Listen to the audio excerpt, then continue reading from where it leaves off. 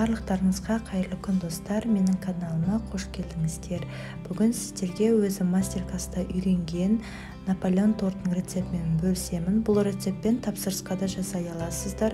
Өте дәмді болып шығады. Видеода көріп отқандарыңыздай жаңа жылдық мерекелік дастарханыңызға, қонақтарыңызға жасап беруге кеңес беремін. Ендеше видеоның соңына дейін қарап, менің YouTube арнама тіркеліп, жанымда тұрған қоңырауша белгісін белгілеп қоюды ұмытпаймыз. Ең алдымен тортымыздың қамырына қажет заттарымызды дайындап аламыз. Бізге ол електен өткізілген ұн, сары май, салқын су, бір жұмыртқа, яблочный уксус және де шым-шым тұз. Сары май салқын болу керек және де майлығы жоғары, иісі жоқ, өздеріңіз күнделікті тұтынып жүрген сары май болу керек. 82-де 2% сары май жақсы болады. Осыны үкіштің ірі көзден өткізіп аламыз да, қамыр екеуін қолымызбен жақсылап араластырамыз. Араластырып болған соң бір шетке алып қоямыз да, салқын суымызды алып, үстінен ас қасығымызды толтырмастан алма уксусын қосып араластырамыз. Үстіне шым-шым тұзымызды қосамыз және де бір жұмыртқамызды қосып, жақсылап барлығын араластырамыз. Енді осы сұйық қоспамызды ұнымызға, яғни ұн мен сары май араласқан қоспаға араластырып қосамыз. Қолымызбен қамыр илейміз. Қамыр илегенде қатты басып илеп жібермейміз. Қамырдың басы біріксе болғаны. Барлық қамырларыңызды илеп болғансын, бетін жауып, тоңазытқышқа 2 сағатқа қалдырамыз, немесе бір түнге қалдырып қойсаңыздар да болады. Неге қамырымыз дайын болды. Әр қамырды мен 110 граммнан бөліп алдым. 8 зуала қамыр шықты. Видеода көріп отқандарыңыздай. Міндетті түрде таразымен өлшеп бөліп алыңыздар. Барлығын осылай оқтаумен пергамент қағазына ұн сеуіп жайып аламыз. 180 градуста осы тесталарыңыз қызарып піскенше пісіреміз. Уақытын нақты айта алмаймын, өйткені әркімнің пеші әртүрлі. Сәл сарғайғанша пісірсеңіздер жеткілікті. Осылай өздеріңізге керекті формада кесіп алған соң міндетті түрде шаңышқымен тесіп шығамыз, өйткені ісініп кетуі мүмкін. Мінекей корждарымыз дайын болды, өте керемет болып шығады. Видеода көріп отқандарыңыздай. Енді крем дайындаймыз. Кремменде ең алдымен заварной крем дайындаймыз. Оған бізге 2-де 5, 3-де 5% сүт керек. Одан соң кукурузный крахмал, бір жұмыртқа, қант керек. Осы кукурузный крахмал, бір жұмыртқа, қантымызды ең алдымен араластырып аламыз және де сүтімізді бірінші сәл жылытып аламыз. Сүттің жарты бөлігін жұмыртқа қосылған қоспамызға қосып араластырамыз да, барлығын қайтадан сүтке қосамыз. Енді осы сүт қосылған қоспамызды газға қоямыз.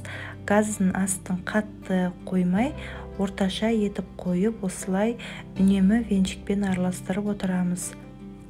Тоқтамай араластырып отыру қажет, өйткені түбі жабысып күйіп кетуі мүмкін. Мінекей осындай қою болған кезде сары майымызды қосамыз да, тағы да араластырамыз. Бетін пищевоймен немесе қақпағымен жауып қойып қоямыз да, сәл суытып аламыз. Одан соң енді осындай сгущенкамызды аламыз. Жақсы сападағы сгущенкамызды аламыз. Заварной кремнің үстіне қосамыз және де сары май тоже жақсы сападағы иісі жоқ сары май таңдаймыз да миксерлеп аламыз. Әр коржға 70 граммнан крем жағып шықтым. Осылай бірінші пияламен өлшеп алсаңыздар болады. Кремдерімізді жағамыз. Және де тестаның беті ісініп тұрған жерлерін қолымызбен басып шығамыз біркелкі болу үшін. Достар, осы заварной кремге сгущенкамен жаңағы сары майдың орнына сливки және аздап творожный сыр қосып істесеңіздерде крем әдемі болып шығады. Мінекей дәл видеодағыдай қолымызбен басып біркелкі етіп тегістеп аламыз да, үстіне крем жағып осылай тортымызды жинап шығамыз.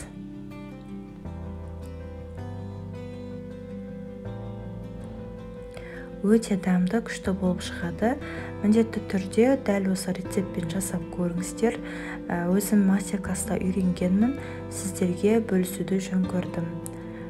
Барлығын жинап болғаннан кейін торттың шетіндегі корждарын осылай қолымызбен үгітеміз. Қатты майдалап жібермейміз, сәл ғана үгітсек жеткілікті.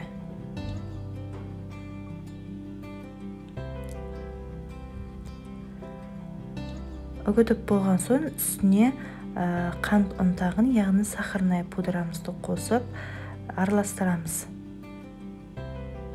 Сонда дәмі кіріп, әдемі болып шығады.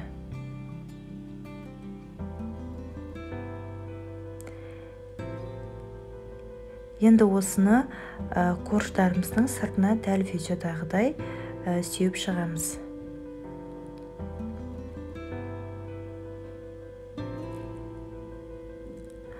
Тортты холодильникке түнде салып қоямыз, таңға дейін кремі сіңіп, әдемі болып тұру қажет. Және де таңда холодильниктен алған кезде торттарыңыз сәл қатты болуы мүмкін. Жарты сағат бөлме температурасында қалдырып қойсаңыздар, өзі жұмсарып шығады. Мінекей тортымыз дайын болды. Міндетті түрде жасаңыздар, бетін өз қалауларыңызша әсемдесеңіздер болады. Өте дәмді болып шығады. Барлықтарыңызға жасауға кеңес беремін. Видео ұнаған болса, лайк басып, комментарий қалдыруды ұмытпаңыздар. Және де дәл осы видеоны достарыңызға WhatsApp желісінде бөлісуді ұмытпаңыздар. Барлықтарыңызға ас болсын.